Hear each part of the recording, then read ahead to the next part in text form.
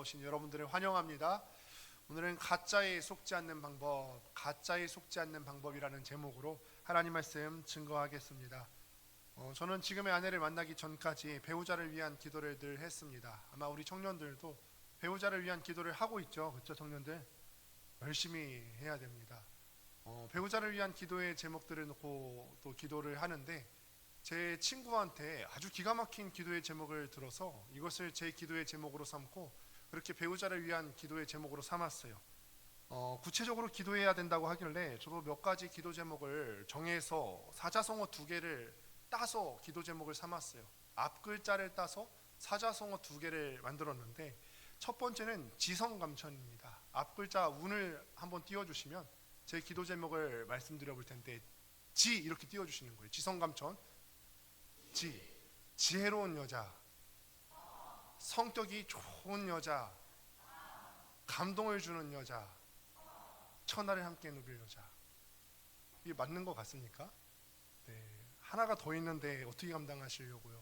두 번째로는 부귀영화를 땄습니다. 한번 또 운을 띄워주시겠습니까? 부지런한 여자, 귀가 열린 여자, 영성 있는 여자. 진짜 제일 중요한데 화장을 안 해도 예쁜 여자. 제일 중요해요. 제가 기도의 대부분이 마지막 기도의 제목에 집중된 면이 없지 않아 있는 것 같은데, 그런 것 같습니까? 별로, 그래도 상관없습니다. 저만 좋으면 된 거니까요. 제가 교육전도사 시절에 이제 고등부 사역을 하다 보니까 조금 어려운 부분들이 있는데, 그게 뭐냐면 여자아이들이 졸업을 하게 되면 얼굴을 알아볼 수가 없어요. 고등부 예배가 오전 9시에 드려졌는데 보통 9시에 화장을 다 하고 오진 않잖아요. 화장할 때 나오면 보통 1시간 정도 걸리거든요. 근데 그렇게 부지런한 고등부 아이들이 별로 없어요. 그래서 화장 안 하고 늘 생얼 상태로 오전 예배를 이렇게 함께 드리다가 졸업을 하고 대학을 가니까요, 얘네들이 굉장히 거듭나기 시작하는 거예요. 화장을 하니까요 알아볼 수가 없어요.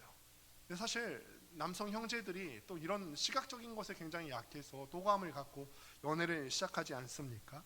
남자들은 이렇게 변하는 것, 시각적인 것에 굉장히 약합니다. 그래서 자매가 잘 예쁘게 꾸미면은 또 형제들이 또 많이 또 물려주게 되지요. 근데 여자들은 또 안 그럴까요? 남성들이 시각적인 약함이 있다면 여성들은 어디에 약하십니까?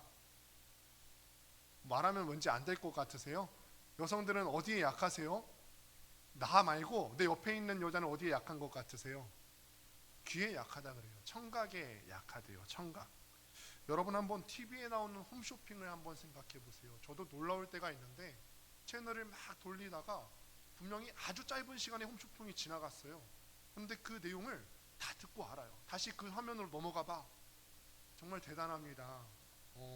이게 홈쇼핑의 아주 작은 찰나의 멘트를 놓치지 않습니다. 연애를 하는 남녀도 그렇죠. 이렇게 싸우다가도 참 내 가슴을 어루만지는 그런 따뜻한 한마디에 여성들의 마음이 녹아내리기도 하고, 결혼을 앞두고 못 형제들이 막 지키지 못할 약속들을 막 쏟아내기 시작합니다. 어떤 약속을 받고 결혼을 하셨어요? 평생 물 한 방울 묻히지 않게 해줄게. 이런 건 저희가 이제 안 속잖아요. 같이 살자라고 하는 말 외에는요, 결혼과 관련해서는 사실 지킬 수 없는 약속이 대부분입니다.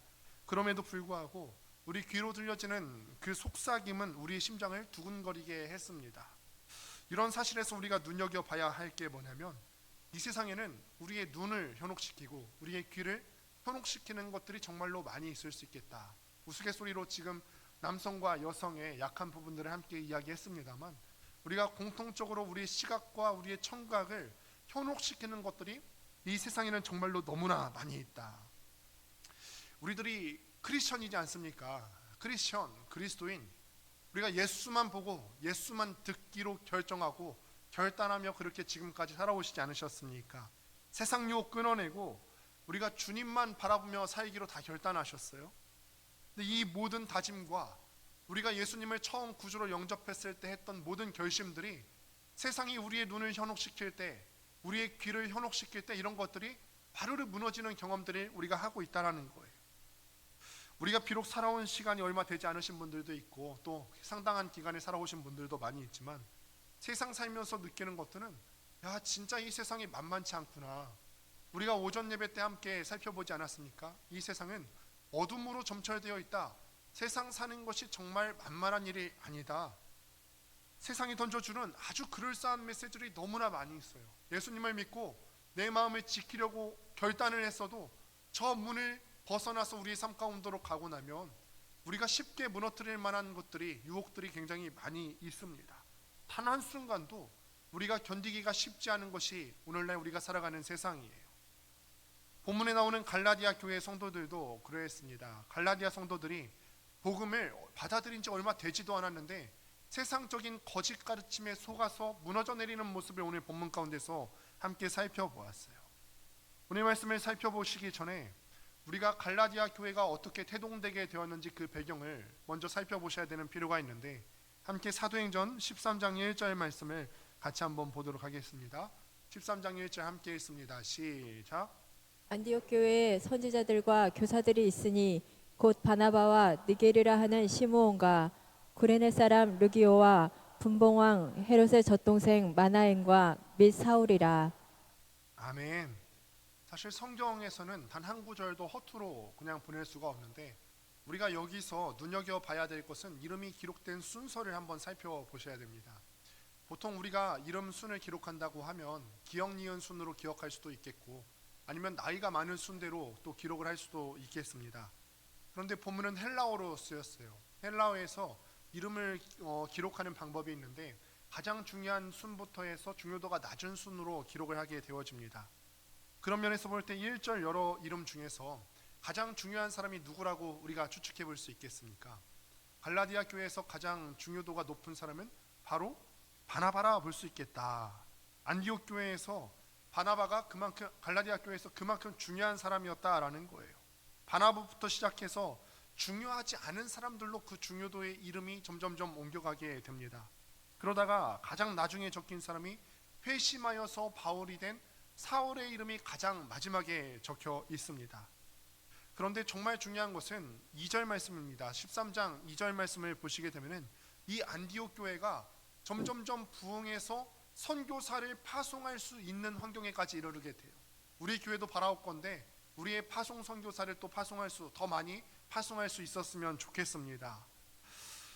파송 선교사를 파송하게 되는데 2절 13장 2절에서 그때 파송하게 된 사람이 첫 번째로 불린 이름이 누구죠? 바나바. 그 다음은 사울을 파송하게 돼요. 안디옥 교회에서 바나바와 사울을 선교사로 파송을 하게 됩니다. 그런데 우리가 1절에서 살펴본 중요도로 본 안디옥 교회에서 가장 중요한 사람이 누구라 그랬죠? 바나바예요. 바나바. 그리고 그렇지 않은 사람 사울이라고 했는데 가장 중요도가 높은 사람과 그렇지 않은 두 사람이 짝꿍을 이뤄서 선교사로 파송을 하게 되는 거예요. 여러분, 한 교회에서, 우리 교회에서 선교사를 파송하는데 이 교회 담임 목사님 제가 간다고 하시면 여러분 어떠시겠어요? 오늘 뭐라고 대답하기 좀 그러세요? 어떨까요? 야, 담임 목사님 가시면 우리 교회는 어떡하고요? 아, 선교지만 생각하는 게 아니라 우리 교회도 생각하셔야죠 라고 말씀 안 하실 겁니까? 담임 목사가 가는 거예요. 그 교회의 담임 목사가, 안디옥 교회의 담임 목사가 바로 바나바였거든요. 그 사람이 파송 선교사로 본인이 직접 나갔어요. 그런데 여기 중요한 메시지가 있는 거예요.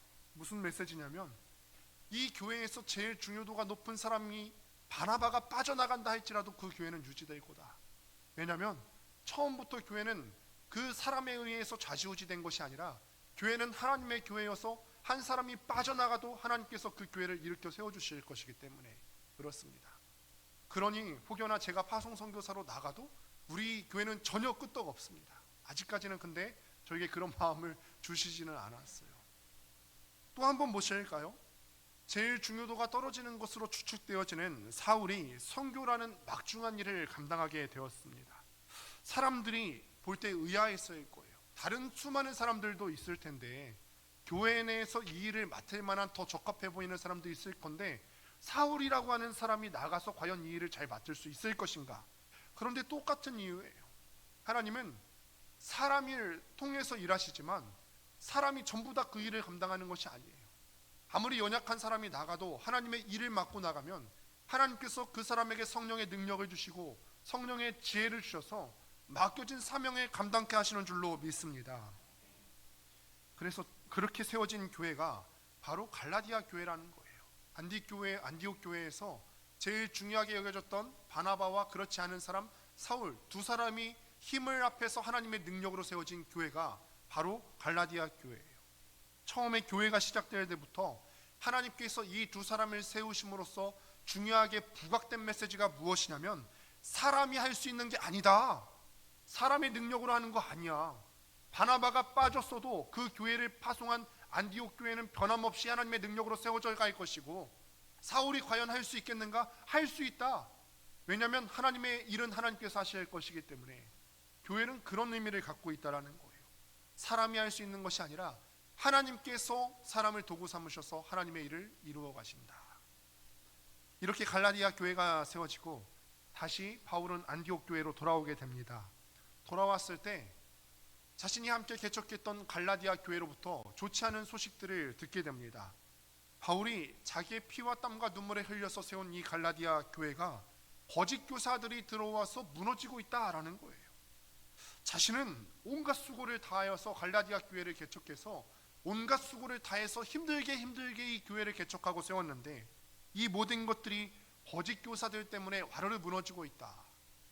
오늘 본문 1장 6절에서 7절 말씀을 같이 한번 다시 읽도록 하겠습니다. 함께 읽습니다. 시작. 그리스도의 은혜로 너희를 부르신 이를 이같이 속히 떠나 다른 복음을 따르는 것을 내가 이상하게 여기노라. 다른 복음은 없나니 다만 어떤 사람들이 너희를 교란하여 그리스도의 복음을 변하게 하려 함이라. 아멘. 오늘 본문 6절에서 10절까지가 사실 그렇게 길지 않은 절수인데 이 짧은 절수 내에 이 본문을 관통해서 반복되는 단어가 하나 있어요. 그 단어는 바로 다른 복음이라는 단어예요. 다른 복음. 아주 짧은 절인데 다른 복음이라는 단어가 4번이나 반복해서 나오고 있습니다. 그 말인즉슨 갈라디아 교회 가운데 지금 다른 복음이 판을 치고 있다는 걸 강조하고 있는 거예요. 다른 복음. 여기에서 다른 복음을 들고 교란하는 사람들이 누구였냐? 율법주의자들이 들어왔어요. 율법주의자들이 들고 와서 한 주장이 뭐냐면은 우리가 구원을 받으려면 할례를 받아야 된다라는 거예요. 할례.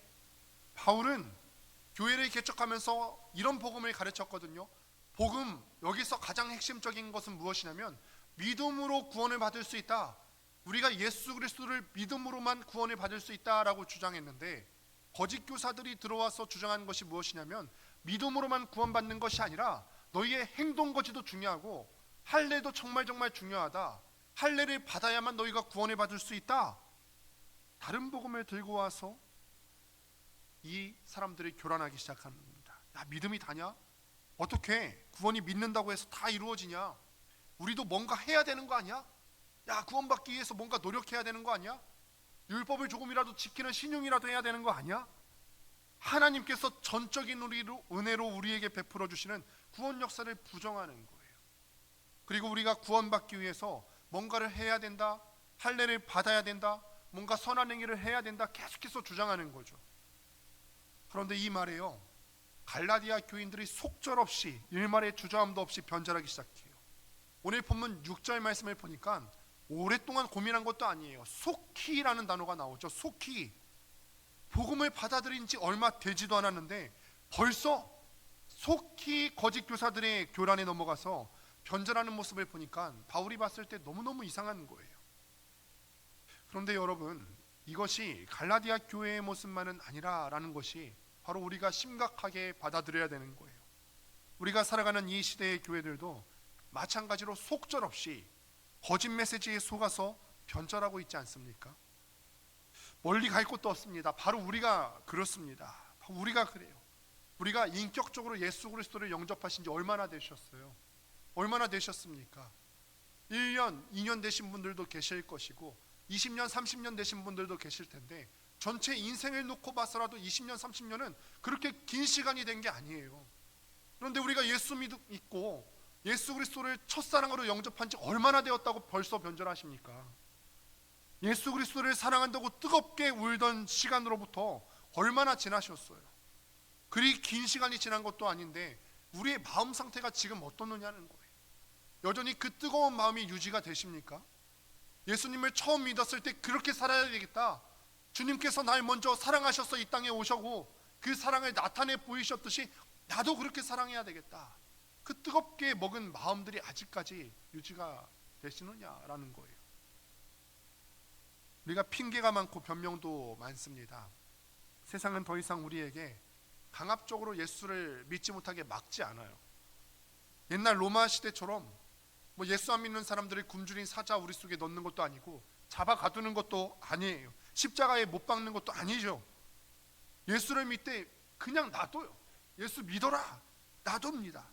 대신요 더 교묘하게 우리에게 수를 쓰죠. 예수 믿는데 돈도 필요하게 만들어라. 예수 믿는데 명예도 섬길 수 있도록 만들어라. 예수를 믿으면서 내 스펙도 같이 믿게 만들어요. 예수를 믿는 건 그냥 놔둬요. 예수를 믿는다고 잡아 가두지 않는데 하나를 1+1으로 더 갈아 넣는 거예요. 예수 믿는데 돈도 같이 믿게 만들어. 예수 믿는데 스펙도 같이 믿게 만들어. 예수 믿는데 명예도 같이 믿게 만들어. 그래서 우리가 양다리를 걸치게 만드는 거죠. 내가 예수를 믿지만 한쪽 다리는 세상에 걸치게 놔둡니다.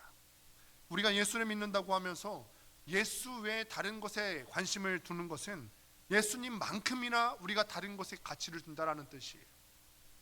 이럴 때 우리가 해야 되는 것이 무엇이냐면 세상이 주는 거짓 메시지가 무엇인가 연구하는 것이 중요한 게 아니라 남의 거짓 메시지가 뭔가 그 실체를 파헤치는 게 중요한 게 아니라 이럴 때일수록 진짜 우리 복음의 가치가 무엇인지를 살펴봐야 되는 거죠. 이단에 넘어가지 않기 위해서 우리가 해야 되는 가장 중요한 게 뭐냐면 이단이 무엇인가, 이단이 가르치는 바가 무엇인가, 이단의 실체에 대해서 연구하는 게 아니라 진짜 복음인 우리께 뭔가가 알아가는 것이 더 중요합니다. 진짜 복음의 가치에 대해서만 파고들 때 오히려 가짜를 분별할 수 있는 영적인 눈이 열려지게 된다라는 거예요. 사랑하는 성도 여러분, 그렇다면 진짜 복음이 과연 무엇인가? 복음에 대해 아주 명료하게 잘 설명하는 구절이 있는데 에베소서 2장 8절부터 9절 말씀을 함께 화면을 보시고 읽겠습니다. 시작.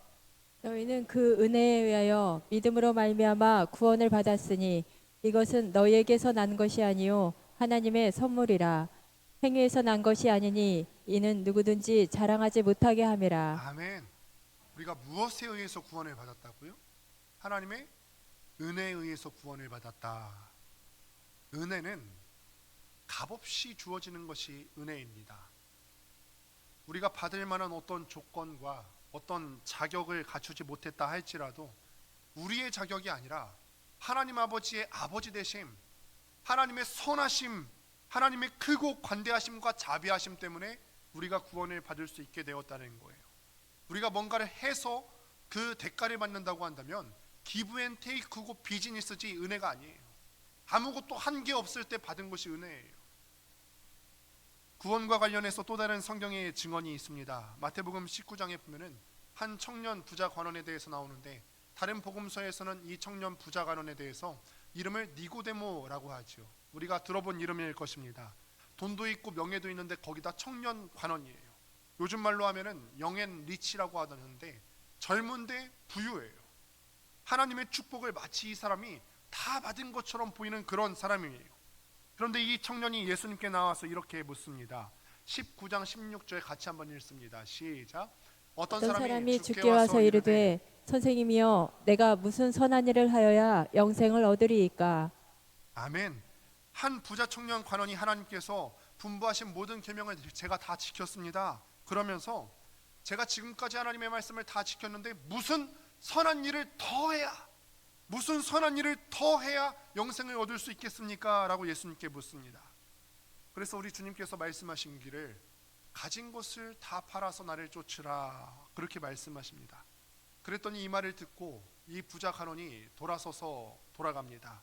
이것을 보시고 예수님께서 제자들에게 가르치시기를 약대가 바늘기로 들어가는 것이 부자가 하나님의 나라에 들어가는 것보다 더 쉽다 이렇게 말씀하십니다. 사실 이 말씀을 요한복음에서 제가 나중에 또 다루게 되겠습니다만 이 말씀은 예수님께서 가진 것을 다 팔라라고 하는 것에 초점을 맞춘 게 아니에요. 이 말씀의 뜻은 뭐냐면 야 부자 관원아, 너가 정말 영생의 가치에 대해서 알고 있어? 앞으로 영원토록 구원받는 것에 대한 가치를 알고 있어? 네 재산을 다 파는 것보다 영생을 더 소중하게 생각해? 지금 가치의 중요성에 대해서 얘기하고 있는데 이 청년 관원은 다 파는 것에만 초점을 맞춰서 두려운 나머지 이것을 할 수 없을 것 같은 두려움과 불안함에 사로잡힌 나머지 돌아가는 거죠. 이렇게 어려운 것이 구원이고 또 영생을 얻는 방법이라면 어떻게 구원을 받을 수 있겠습니까? 그러자 예수님께서 이렇게 대답하시죠. 19장 26절을 보니까 예수께서 그들을 보시며 이르시되 사람으로는 할 수 없으나 하나님으로서는 다 하실 수 있느니라. 할렐루야. 하나님으로 하실 수 있는 줄 믿습니다.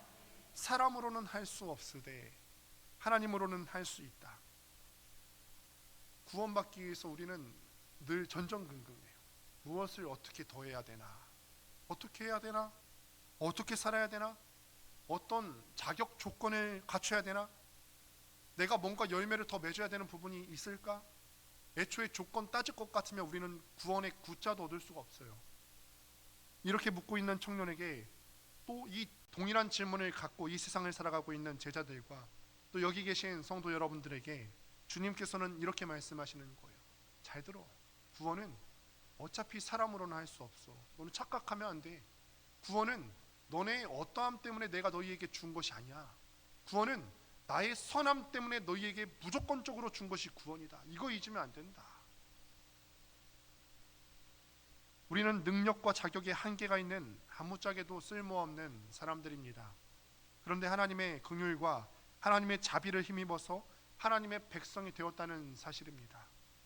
하나님의 나라는 어떤 자질이나 어떤 공로나 혈통을 타고나거나 신분이나 이런 걸로 갖고 들어가는 것이 아니라 모든 사람들이 그 하나님의 나라에 그 구원을 어떻게 받고 들어갈 수 있느냐? 하나님의 은혜와 하나님의 자비와 하나님의 긍휼로만 들어가는 것이 가능하다라는 거예요. 이것이 하나님의 나라이고 바울이 갈라디아 교인들에게 가르친 진짜 복음의 원리라는 것입니다. 그런데 이런 갈라디아 교회에 거짓 교사들이 들어와서 교인들을 교란하기 시작해요.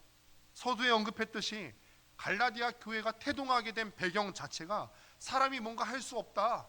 사람이 하는 것이 아니라 하나님이 하시는 것이다. 바나바가 빠졌어도 안디옥 교회는 하나님이 세워나갈 것이고 사울이 거기 가서 뭘 할 수 있냐? 할 수 있다. 하나님이 도우시면 사울같이 중요도가 떨어지는 사람도 할 수 있다. 처음부터 갈라디아 교회가 태동되었을 때는 하나님께서 다 하실 수 있다라는 메시지를 내포하는데 거짓 교사가 와서 주장하기를 사람의 행동을 강조하는 거예요. 너희가 믿음으로만 구원받는 거 아니야. 할례를 받아야 된다. 구원받기 위해서 자꾸 끊임없이 우리가 뭔가 해야 된다 거짓 메시지로 현혹합니다.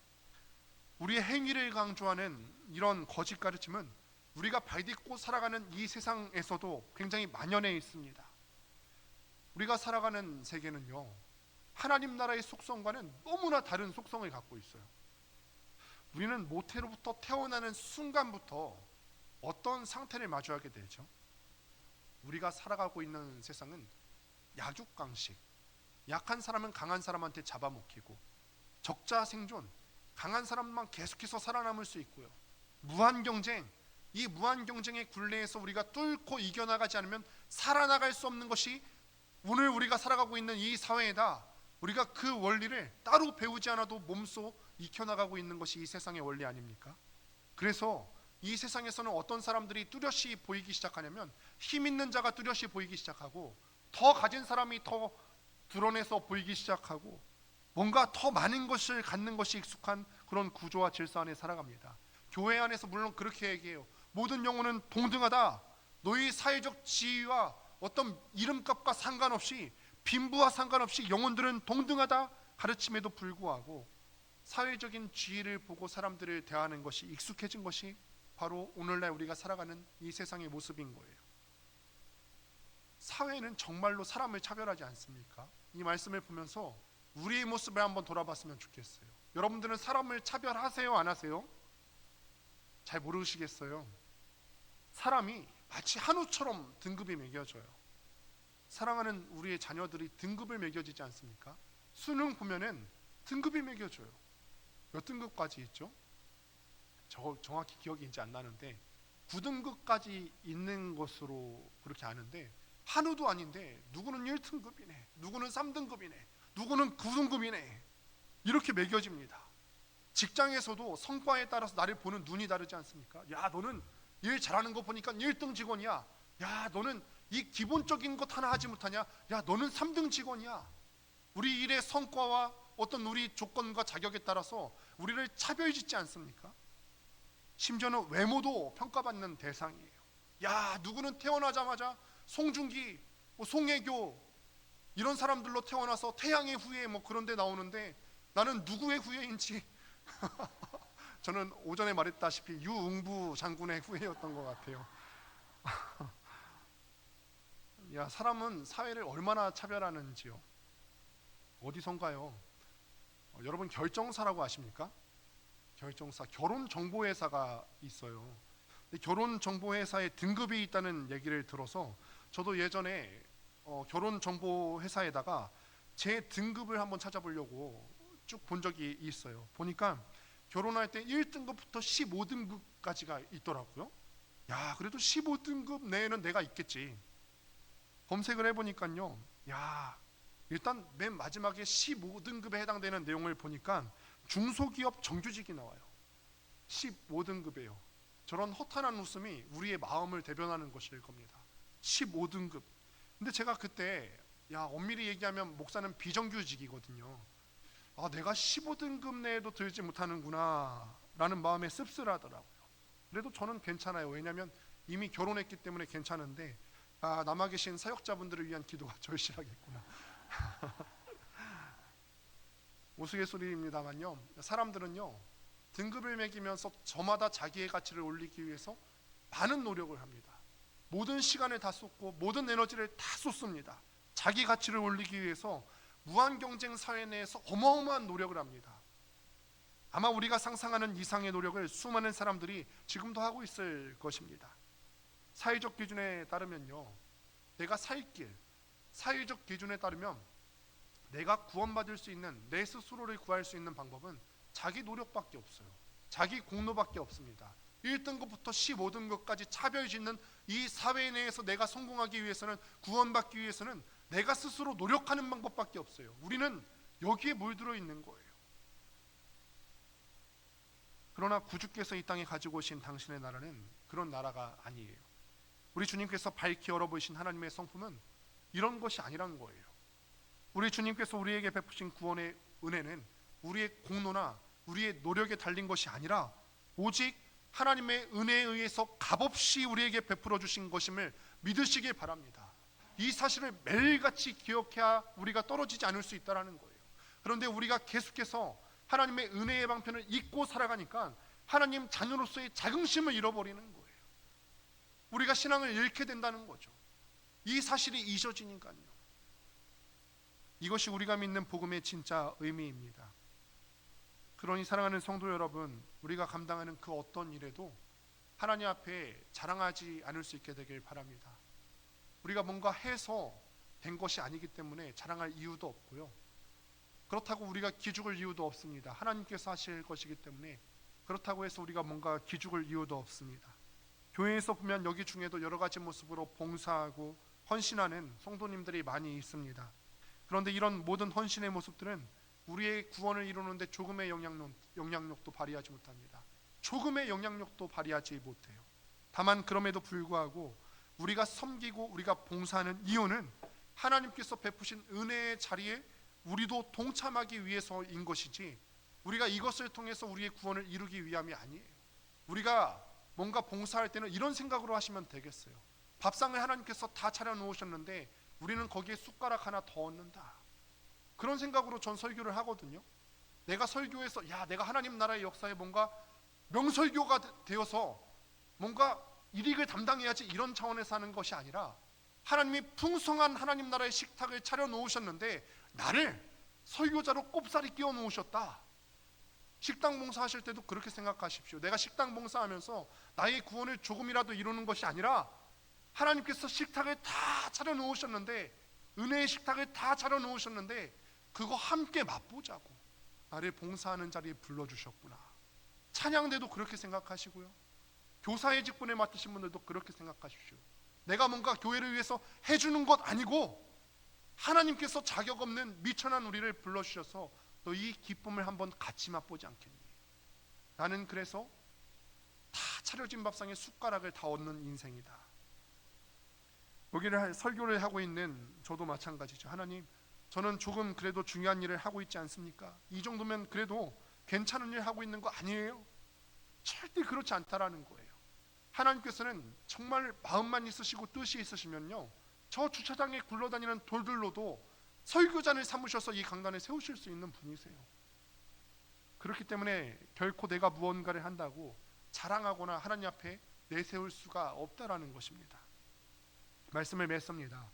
이 당시 갈라디아 교인들에게 있어서 거짓 메시지가 있었는데 그 내용이 뭐냐면 할례를 받아야 구원을 받을 수 있다라고 하는 율법주의자들의 선동이었어요. 오늘을 살아가는 우리에게도 동일한 형태의 유혹들이 많이 있습니다.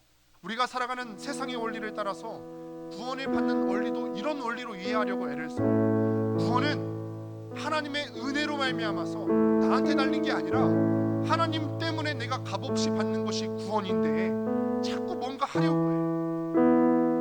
구원이라는 큰 보상에는 어떠한 것으로도 대가를 지불할 수가 없을 뿐더러 그것은 참된 복음이 아닙니다.